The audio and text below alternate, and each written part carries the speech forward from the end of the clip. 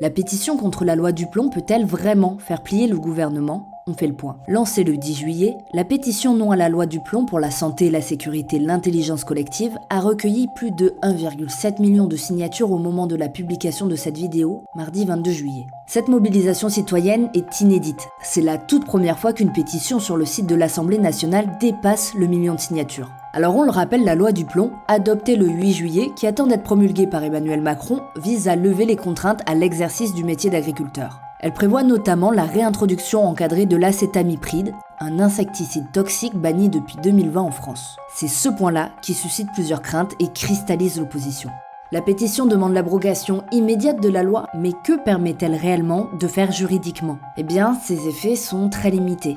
À partir de 500 000 signatures, issues d'au moins 30 départements ou collectivités d'outre-mer, la conférence des présidents, qui établit l'ordre du jour au Sénat et à l'Assemblée nationale, peut décider soit d'organiser un débat parlementaire sur la pétition, ou bien de classer la pétition. En gros, de ne rien faire du tout. Mais ce scénario est peu probable, car plusieurs figures du parti présidentiel se sont dites favorables à ce débat. Par exemple, la présidente de l'Assemblée nationale Yaël Braun-Pivet s'est prononcée pour, et la ministre de l'Agriculture, Annie Genevard, a déclaré que le gouvernement était pleinement disponible pour un nouveau débat au Parlement, mais pas avant la mi-septembre.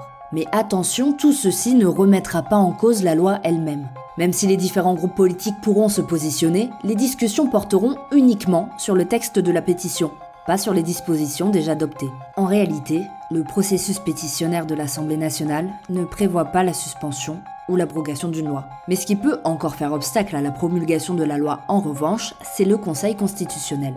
Les parlementaires de gauche l'ont saisi le 11 juillet et il doit se prononcer d'ici le 10 août pour éventuellement censurer tout ou partie du texte. Mais si le Conseil valide la loi même partiellement, Emmanuel Macron devra alors la promulguer sous 15 jours. Et là, deux options s'offrent au président. 1. Promulguer la loi normalement, ou 2. Demander au Parlement de revoir tout ou partie du texte, comme lui permet l'article 10 de la Constitution. Dans ce cas, la promulgation de la loi est suspendue et le texte doit être réexaminé. Pour info, ce scénario ne s'est produit que 3 fois sous la Ve République.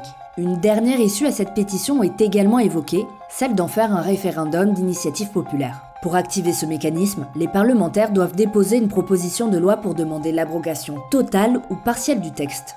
Cette initiative doit être portée par 185 députés et sénateurs, soit 1/5 des parlementaires, ce qui semble atteignable car 223 députés ont voté contre le texte rien qu'à l'Assemblée nationale. Et ensuite, elle doit être suivie d'un soutien d'au moins 4,9 millions de citoyens. Or, la pétition actuelle est encore loin de dépasser ce chiffre et surtout, on ne peut pas se servir des signatures déjà collectées sur le site de l'Assemblée nationale.